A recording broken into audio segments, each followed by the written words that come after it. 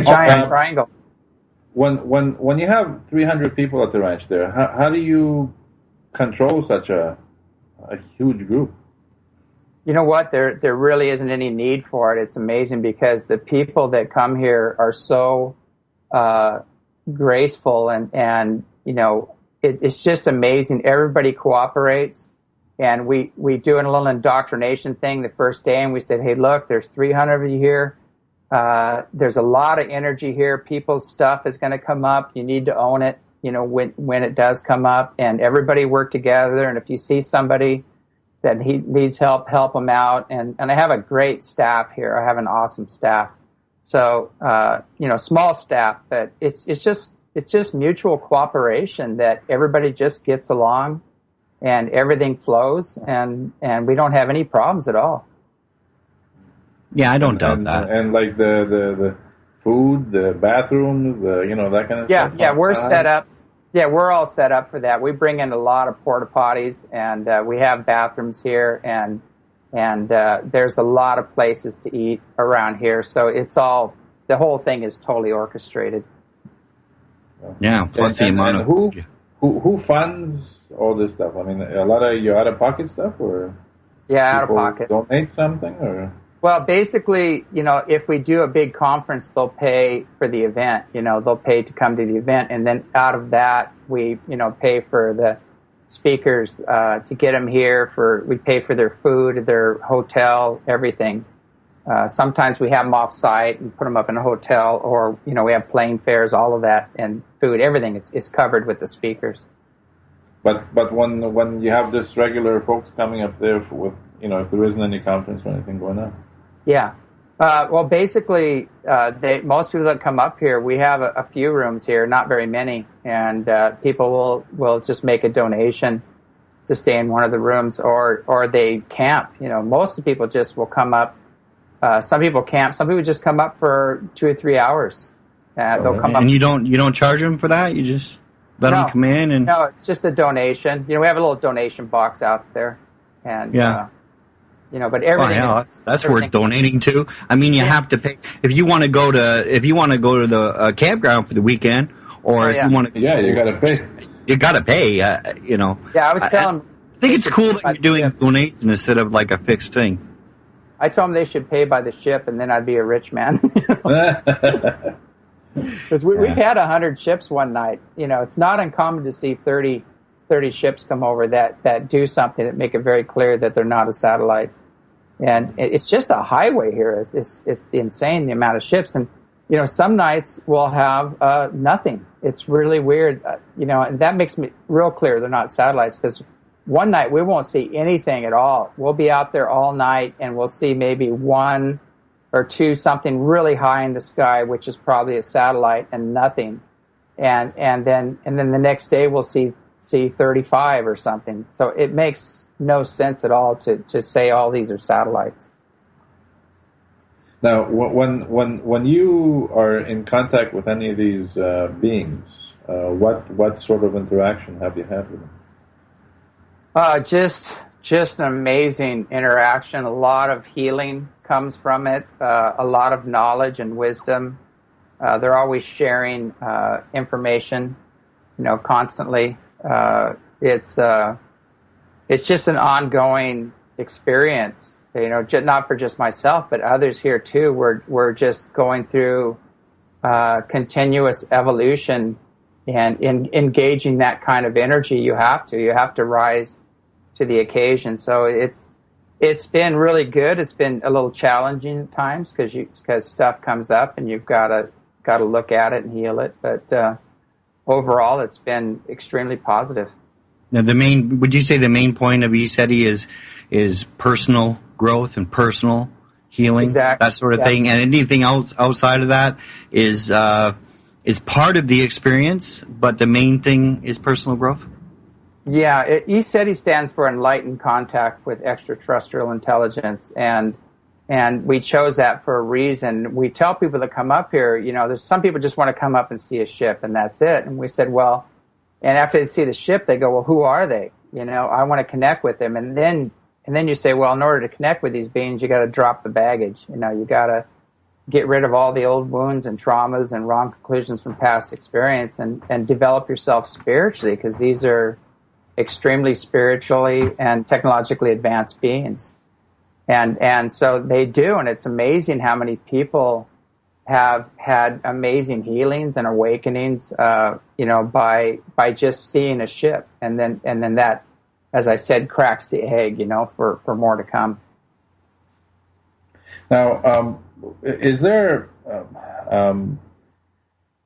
I was wondering about Dr. Greer and his group. What do you think of them? They've actually been here, and they did a training here, a ambassador training here. And, it was quite interesting. It was a much different program that we run here. Okay, in what way? He's trying to be polite. Okay, James is trying very desperately to be polite. It's just different. It's ours is all about personal experience and nothing about, I don't really talk about myself at all. I just say, I talk about the different groups, how to engage them, things of that nature, and we just get a lot of activity. And it's just real important to, it's like mine isn't so structured. It's not, we focus more on people just getting into the heart and having fun and lighting a campfire and having fun. And that's what attracts them. That's what brings them in. Now that is cool. You making a campfire, sitting around the campfire, enjoying yourself, having fun, listening to, doing some musical work. Exactly. We have some spotters. We'll have a couple spotters out there, 3 or 4 spotters watching, in every direction. And, we have night vision goggles and lasers and all the toys. And so it's and we'll do a guided meditation to bring them into, things of that nature. And they come. I mean, they come in nice and low, and we get a lot of really good footage. But it's more an inner thing. When they do come, you feel them way before you see their ships. Cool. Right on. I get that. So you also have, I just want to ask quickly, you also have creature sightings up there. Oh, yeah. Correct? Because you have like woods around you and things like that. Could you talk a little bit about that? Maybe the variety of things that are seen as well? Well, there's a lot of, here the veils between worlds are very thin because it is a vortex. And so there's a lot of nature kingdom stuff going on here. And the things that people think fictitious, like elves and all that other stuff, fairy stuff is happening. People are actually photographing them. I've had psychologists here sitting there, and a fairy came right up in her face and freaked her out. And she goes, I medicate people for these kind of things, And so, some very top people. But we're in an area that's probably one of the most well-known Bigfoot hotspots. There's a lot of Bigfoot activity around here. And I won't mention where it is, but I know people that actually feed them, that put apples out for them and cucumbers, and they come and take them. And if you stop feeding them, they'll come and shake your cabin. They'll let you know. I'm hungry. Give me some apples. Yeah. So I mean that. Now everybody here knows about them, and Native Americans know about them. They call them another nation. They say, basically they say, don't go looking for Bigfoot. If Bigfoot wants to find you, he will, and you have to, purify yourself and make yourself, ready for the experience. And so they see it as more of a very spiritual thing. I've heard, now just tell me your opinion on this. I've heard that the Bigfoot can basically read intention from distance. So definitely. If you're going in there with a sort of a selfish intent to see a Bigfoot and not maybe an open curiosity, they could avoid you with no problems whatsoever. Oh, yeah. People are really loud. Most humans are extremely loud when they're in the forest, and you can hear them coming a mile away. And these beings are very telepathic, very sensitive. They can sense your intent, right from the get-go. And I'll tell you what I saw, which is interesting because this has been validated with several other witnesses. I saw a female 50 feet away, and she had breasts and everything, very clear. She was actually moaning sitting on a log, moaning, letting out this terrible moan, like she was real distraught. And I got within 50 feet of her, and she stood up, and we just sat and stared at each other for about not very long, but just for a little while. And she knew I wasn't going anywhere, and then she just walked right sideways to me into the forest. And did you have any fear? No, I was trying to help. I felt she was really upset about something. I didn't know what it was. I didn't know if she was injured or what was going on. And so I was just sending love to her and saying, "Can I help? Is there something I can do?" And she just looked at me and nodded and kind of smiled a little bit, like a real small smile. And I could totally hear in my head, like, "Thanks, but no thanks." Like we don't trust humans, basically, is what I was getting. And which I don't blame them. Yeah, I mean, why would you blame them? Really. You pick up on the fact that humans would kill you at the drop of a hat. Oh yeah. So a lot of people ask me where this was, and I said I'm not saying. I said that's their territory. People are going to go in there and just torment them and terrorize them, and they want to be left alone. You can tell they just want to be left alone and do their thing in nature like all the other animals. Yeah. A little more advanced. Well, yeah. I just wanted to mention just quickly, do you have any access to kelp, seaweed, dulse, alfalfa?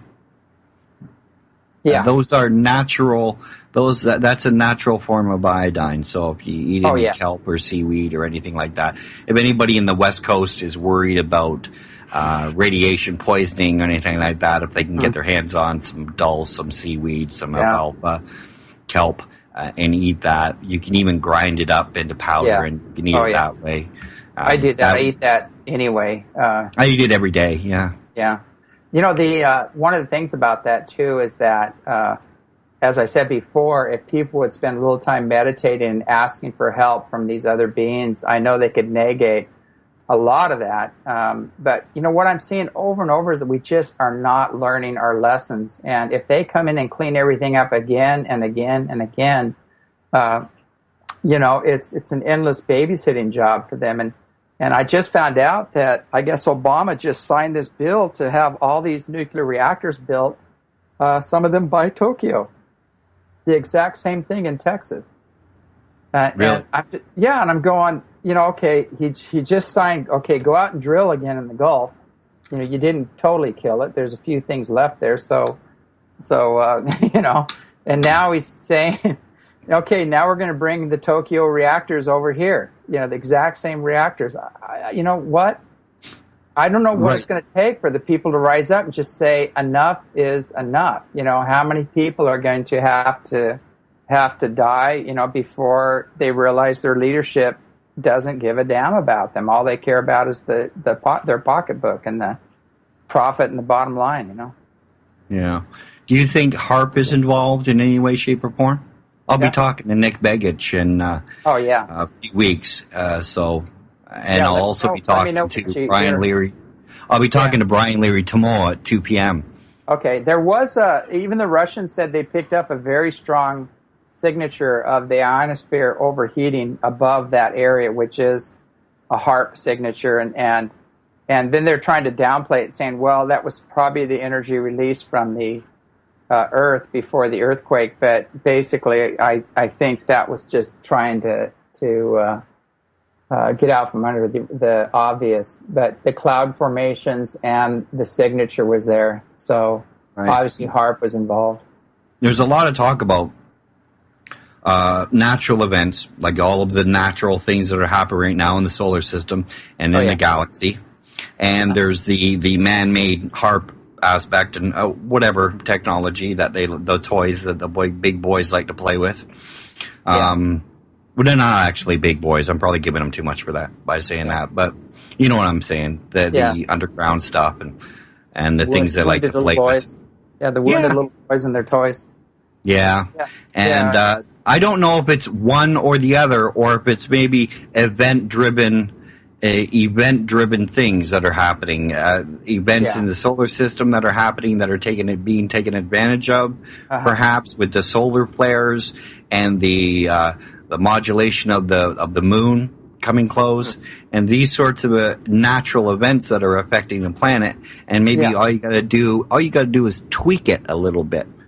Exactly. That's what I feel happened. There was already an event unfolding there, and the place was ripe for that to happen. And you can go and hit specific areas, with HARP or something else, and actually trigger those events earlier or make them more severe or whatever. But it's definitely, there is some things coming up here and information that we're getting. Have you looked into that alien comet coming in? Elenin, Elenin. Funny that they would name it Elenin. ELE is extinction level event. And there's definitely a reason for that, because it's not Elenin, it's actually Nibiru. It's Nibiru that they've been looking for, and it's coming right in. And, they're getting. Now I've seen. Well, there was also PN9, right? That just went by a couple of days ago. PN9 went by. Exactly. Yeah. And I think this one is actually Nibiru coming in. But we got some inside information from the higher beings, and they told us that September, there's going to be a lot of things happening between now and September, a lot of events, because everything is being perturbed. All the planets are shaking and rattling, and the Earth is just ringing like a bell right now. But they told us sort of like the moon when they drop the capsule on it. Yeah, and so they told us that this September that there's going to be a major event happening. That's when this object is closest to the planet, and they were talking more about Nibiru. Now I find out this Elenin, it's closest to the planet in September. I think September 9th is what they said. I'm not sure the exact date. And that's when it'll have its major effect. So it's pretty interesting when you get the information from the higher beings, and it adds up to what the scientists are coming up with. And there's a couple scientists that are very clear, and they're saying this is not Elenin. That's just the name they gave it. Right. To cover up what it really is. And they're getting a lot of photographs in the southern hemisphere of these objects next to the sun. And, some of these are sun flares. You can tell, okay, that's a sun. Bugs, yeah. Yeah, but other ones are very clear when you see them, is that they'll do the negative on them and things like that. And you can tell there's an object there. Well, not only that, there's the amount of objects, planet-sized objects around the sun. Mm-hmm. And lots of those showing them. That was a big thing back in,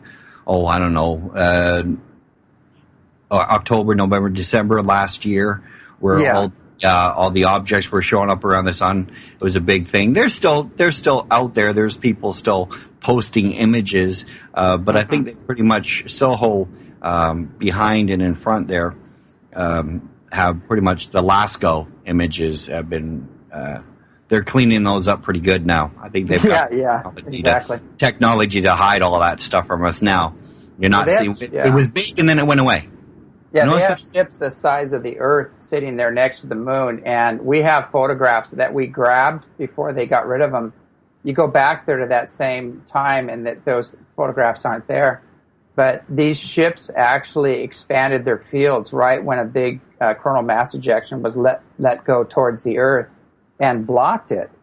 And there's quite a few photographs of these just massive ships there that are interacting with the sun in different ways and actually blocking what some people would call kill shots that were coming towards the Earth.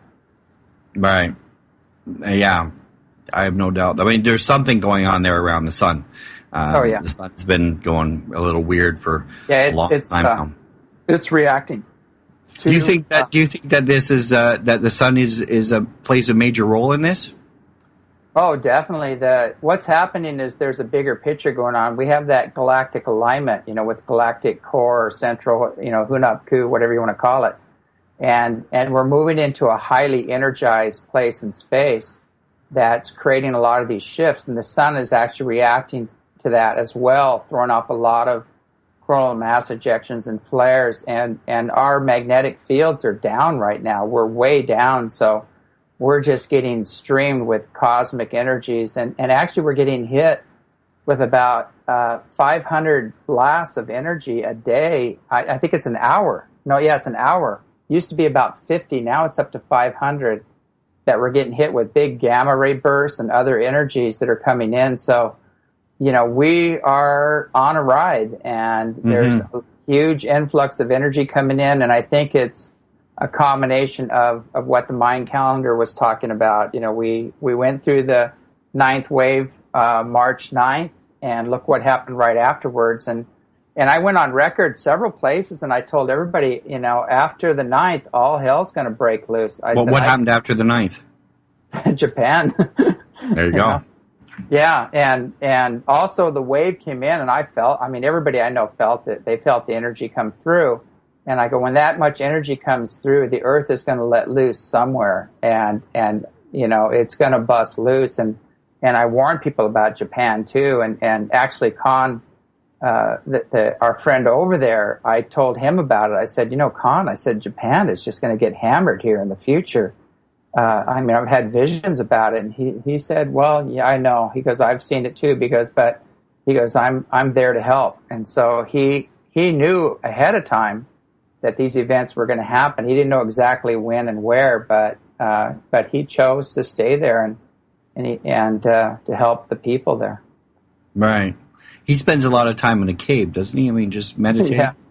Yeah, he does a lot of cave work and retreats, and he teaches a lot. He teaches classes over there, and he's just a big, lovable, mountain of joy, and incredible.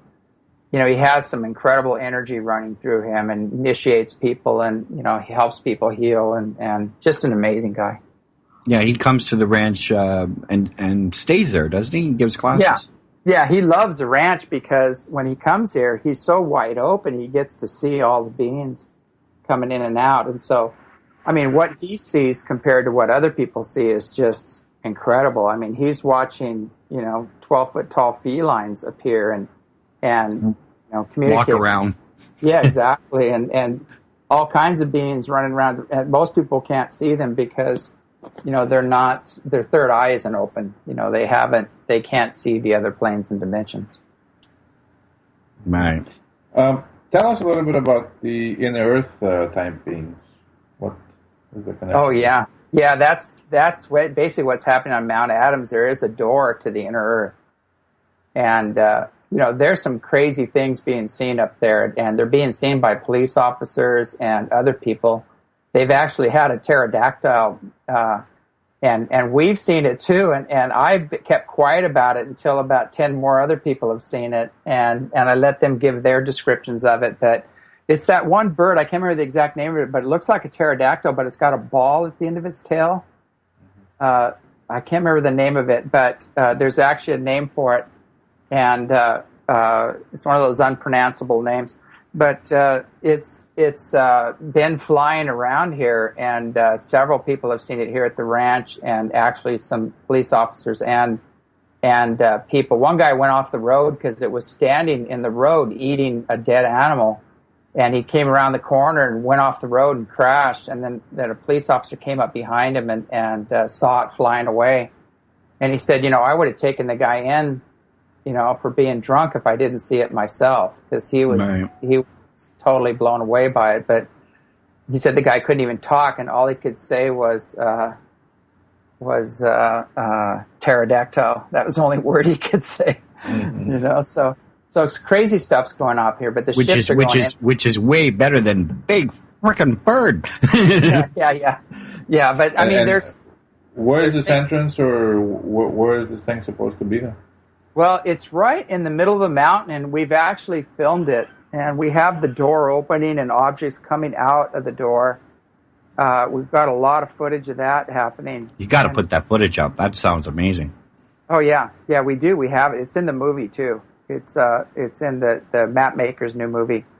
So, but what's weird about that door is I've been up there where that door opens, and when you go up there, there's just a big lava face there, and there's nothing there. There's no opening, nothing that you can see, or I've banged on the rock and everything, and it's pretty solid, So it's one heck of a hologram or whatever else they do. Pretty solid hologram you got going on. And what type of beings or things are down? Are in the inner Earth. There's a lot of different beings in there.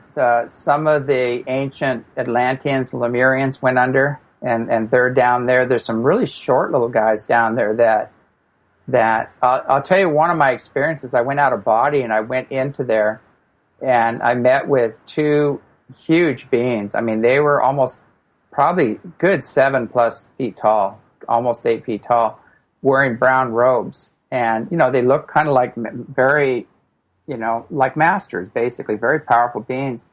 And then they had a real small little guy between them standing there.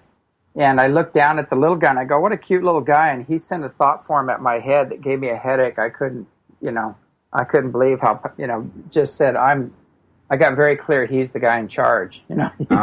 So he said, "Don't call me Yoda." Yeah. Yeah, pretty much. Pretty much like he just let me feel his energy.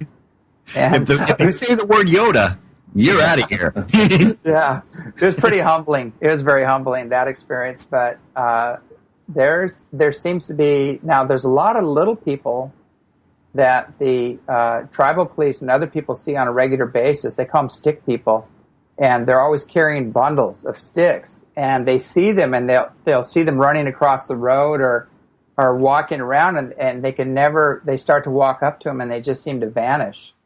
And that's a pretty common thing, up in the area up there. But there seems to be a lot of different beings, down in there. Some very advanced humans, that look just like us, our ancestors, and some other beings as well.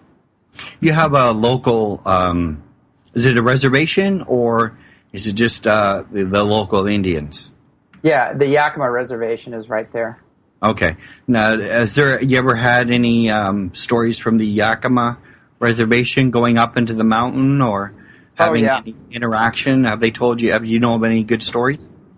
Yeah, Doug told me to ask you, so. Yeah.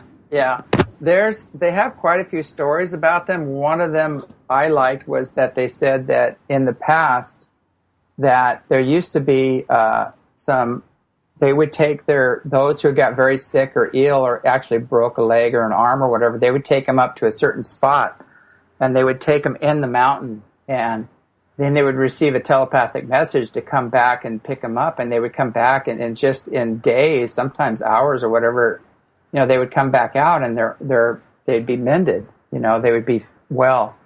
And, a lot of stories like that. They talk about one area, they said, don't go there, don't go up there, that's the fairy lights, they stay out of that area. Of course, I went up there.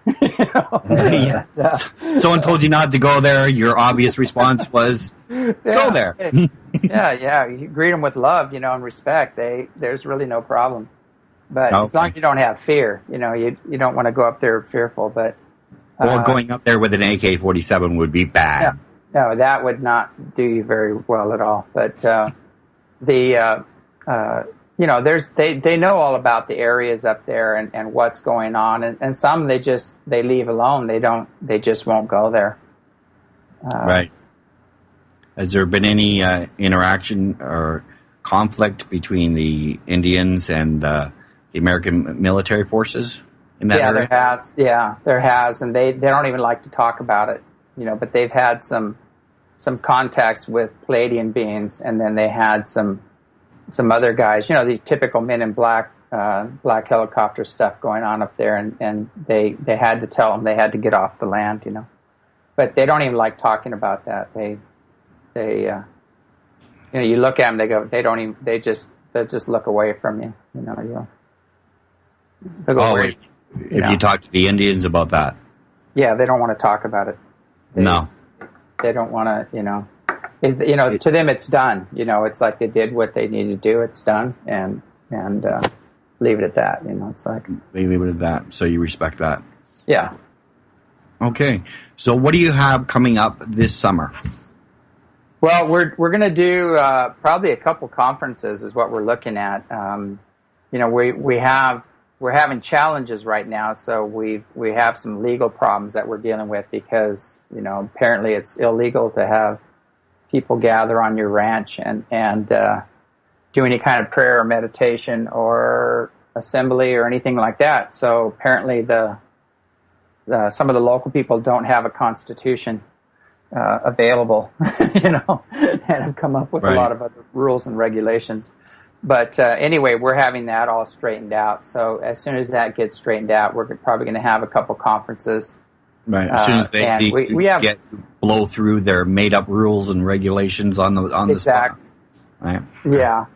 And so basically, you really think about, okay, if I'm guilty of awakening and healing people. If that's a crime, then throw me in jail because I'm going to keep doing it no matter what, and educating people. So if they have a problem with that, then they need to really do some self-evaluation on that note. But it's just. Are you not allowed to have people on your own property?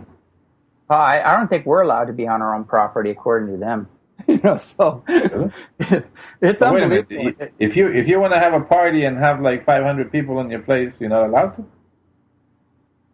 Yeah, exactly. I mean, what's happening here is that there's other churches here and they have barn dances, gatherings, all kinds of fundraisers, everything, no problem. There's no problem whatsoever. We do it and we get like 30 or 40 tickets, going up into $1,000+ So it's unbelievable. And then we have to go to court, and then they hopefully throw most of them out because they're so ridiculous. I mean, even the stuff they ticket you for is things they know, like permits and things like that. You already have the permits. They know you have the permits, but they ticket you anyways just to run you into court and tie up legal fees and things like that. So it's just keep you busy. Total insanity. Yeah, it's just insanity. It's a total lack of integrity, insanity on their part, and basically they're in fear and they want to stop anything unknown from happening. That they don't understand. So even the fact you have masters appear here, you have Mary appear here. Everybody else is totally in for it. The rest of the universe is saying, yeah, come on, let's hang out, but these guys seem to think they're above all that. But is it because of what the religious rights that are afraid of something, or what? I don't. You know what? It's just some real redneck mentality that if you're not one of them, you got to go. It's that type of program. If you're not. Yeah, but I mean, you've been there for many, many years. So 25, right? Yeah. Yeah, we've been here 25 years with, no accidents. Nobody's gotten sick, no problems. The whole community loves us. That this place was like a ghost town, and now everybody's thriving. There's really no reason whatsoever that they can come up with that we are detrimental to anyone in any way whatsoever. In actuality, you guys are beneficial because you bring so much money into the place. Exactly, and everybody loves that, and they did not get. We had a couple meetings, council meetings, and not one person wrote a negative letter about us. There was nothing in opposition, but other than the council themselves. So the political council, right? Yeah. So it's a matter of the same thing. We have people in positions in leadership all over on every level that are running their program versus what the people want. And yet, on the other hand, you have Intel people coming up to the ranch. You have engineers from Boeing. You have physicists. You have all kinds of people coming up there having positive experiences, and then you have the bureaucratic end of things that are trying to throw wrenches. It's just a mixed up bag. Oh, definitely, it is. The vast majority of people are having positive, wonderful experiences, even if it's just going out there and camping for a weekend and having fun with a whole bunch of people. Yeah, basically, it's like it's just insane because there's no harm, no foul, there's no health hazard, there's nothing going on here that's negative in any way whatsoever. There's no cult of James. No, that's a funny thing. Everybody talks about that I have some big cult or something like that. It's unbelievable. And the problem is that we don't have a membership. There is no membership. There is no leader here. And that everybody that comes here are self-empowered people just coming to share and experience, some of the tools and techniques we offer here. But there is no, we're very clear about that people need to have their own experience, make their own personal connection with spirit or whatever, and not be seeking outside themselves. And that's our focus here. So basically, it's like, there's times when I wish I did have a membership and did have a huge following that I could draw on those funds to do what I need here and to keep the powers that be away, with all the lawyer fees and everything else. But I've just chosen to do it out of pocket just to keep that nonsense from escalating, Right. Tom, you know a little bit about out-of-pocket work for a couple of decades. Tommy used to do a lot of the MUFON meetings in Toronto out-of-pocket for, 2 decades? And all of his and his, the people who were helping him out with the MUFON, it was all out-of-pocket. I mean, there's only so long you could do that before you reach down and there's nothing left in the bottom. Yeah, exactly. And I think they know that, and that's why they're trying to generate all these legal fees, so, but we are going to put oh, go ahead. You're not, it's not like you're running a church or anything up there. No, it's not a, it's more of a science spirit and it's world transformation is what we're into. And we just have teachers from all over the world, scientists, physicists, authors, yogis, lamas, people come here from everywhere, and some people just put on, we'll do some outdoor stuff, where we're doing Yigong or Qigong or a ceremony, Native American ceremony or something like that. It's just a lot of people getting together and having fun. Yeah. There you go, Tom. That's what you can do. You can go up there, take a bunch of people out in the woods and have them live off the woodland bounty for about 3 days and come back out fully trained. There you go. So long as you bring me some cooks over there, I'll be all right. Yeah. Oh, right, for all the stuff that they bring out of the forest to eat. Yes. It's funny because there are a couple of people living here right now that are chefs that are highest caliber, so it is kind of nice having that. That'd be good. That'd be good. Mm-hmm. That's good if they're helping. If you get to sample. Oh, definitely, yeah.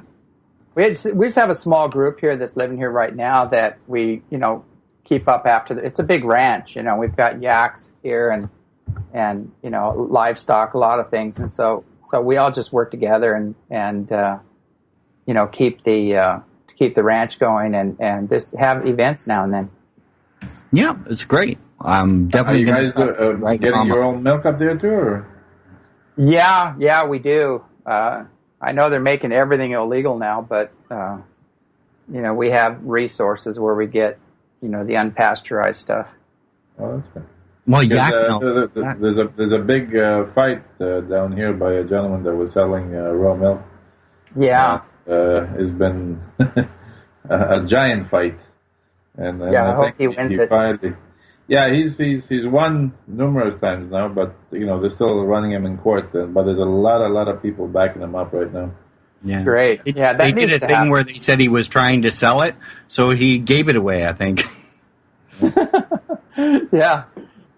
Basically, you just got to find ways around it. But we've been living off raw milk for how many thousands of years, and you know what's strange? Like when yeah, exactly, thousands of years. Like when I was a kid, up the street we had cows, and some folks that had cows, and we get our milk there every day, and we never had any problems with it, and Yeah, I did too. I don't remember having any problems with the raw milk, and we drank it a lot as a kid, and then we had also too. It's funny now that almonds, because almonds have the cure for cancer in it, so now they're saying all almonds have to be pasteurized before you can sell them, and which kills the elements that assist in the cure for cancer. So, and then it's illegal for apricot seeds and anything that has these elements in them.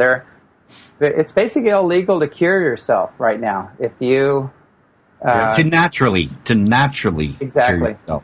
Yes. Yeah, it's or for any doctor to do it too. It's just unbelievable the powers that they've been given, and I think that's going to get turned around here pretty soon. Yeah, with the pharmaceutical industry trying to take over pretty much everything, it's not a cure until it's gone through their process.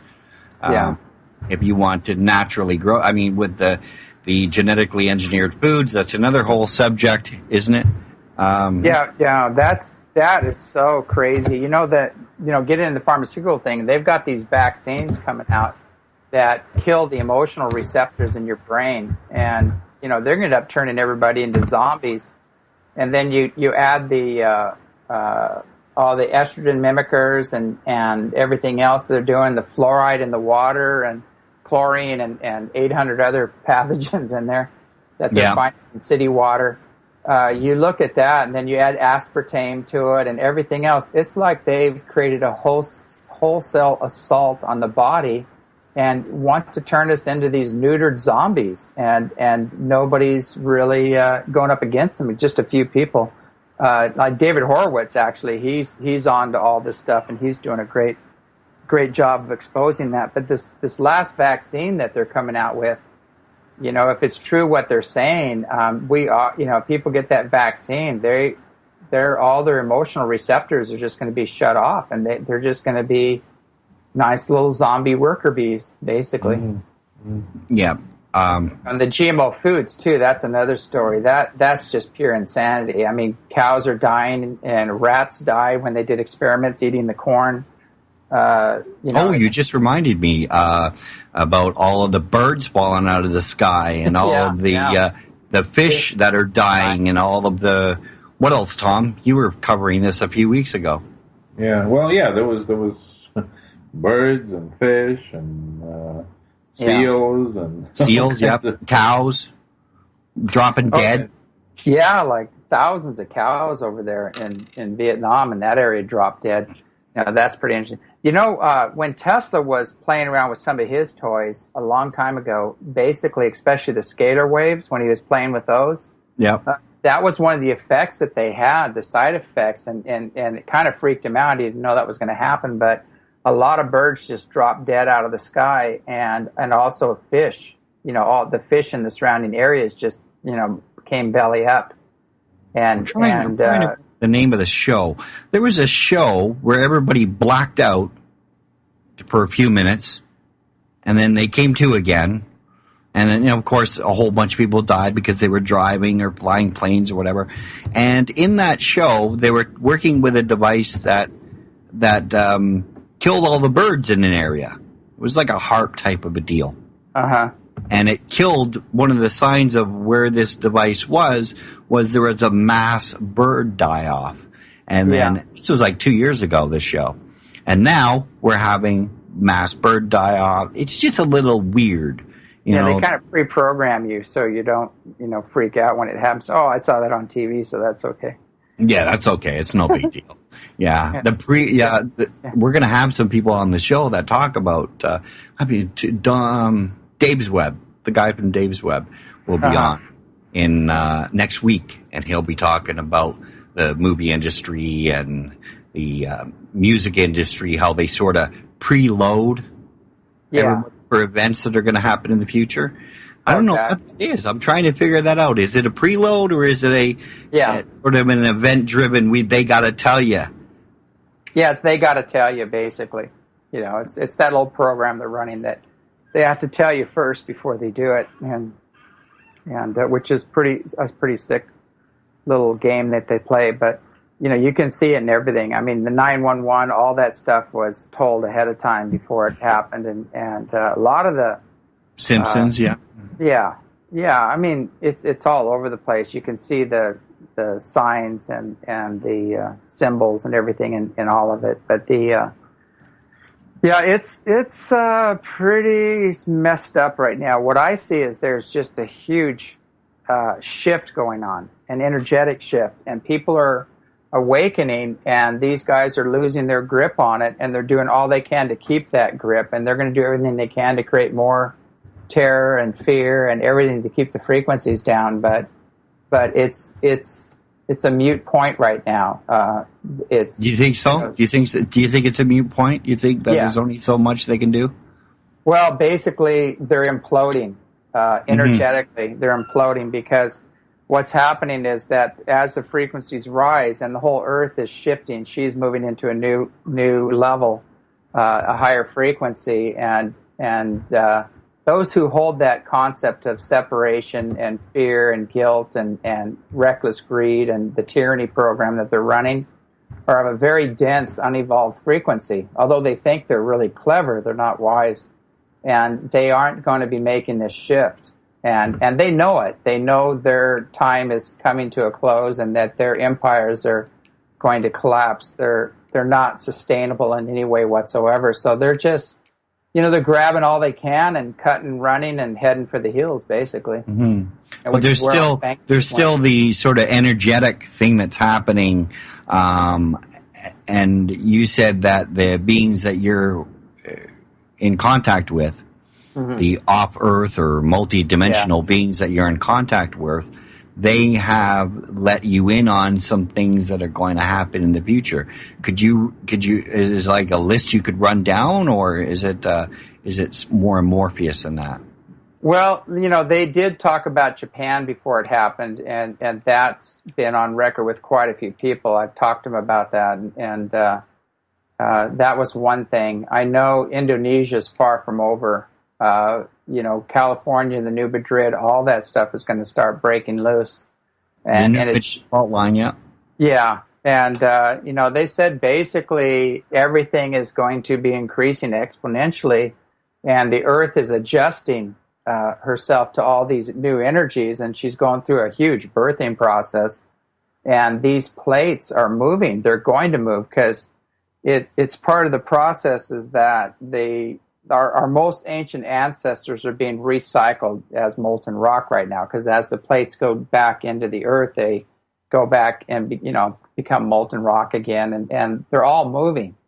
The only thing is now they're moving very fast, and they're going to go through a quickening, like everything's going to move real fast. So you're going to see just crazy weather like we're seeing right now. That's going to increase, you know, extremely erratic weather and storms. You know, you're going to see a lot of earthquake and volcanoes continue to happen, exponential increase there. And major social and economic stuff is, I mean, we're already seeing that right now, but it's really going to be hitting the fan here on out. You know, everything's going to come up to the surface. So it's just a matter of everything. You know, Armageddon means, you know, the great uncovering, where everything is uncovered so everybody can see it. The unveiling, yeah. Yeah, and that's what we're going through, this huge unveiling process. And, you know, we're seeing just the reckless greed at the highest levels that are running this country and what they're doing and what they've set into motion. And unfortunately, a lot of other people, you know, innocent people that weren't awake or paying attention are paying the price for it. Totally. So you said September, you see a possibility of something. Do you have more details than that? Yeah, it's an alignment coming up with, the this Elenin that's coming in.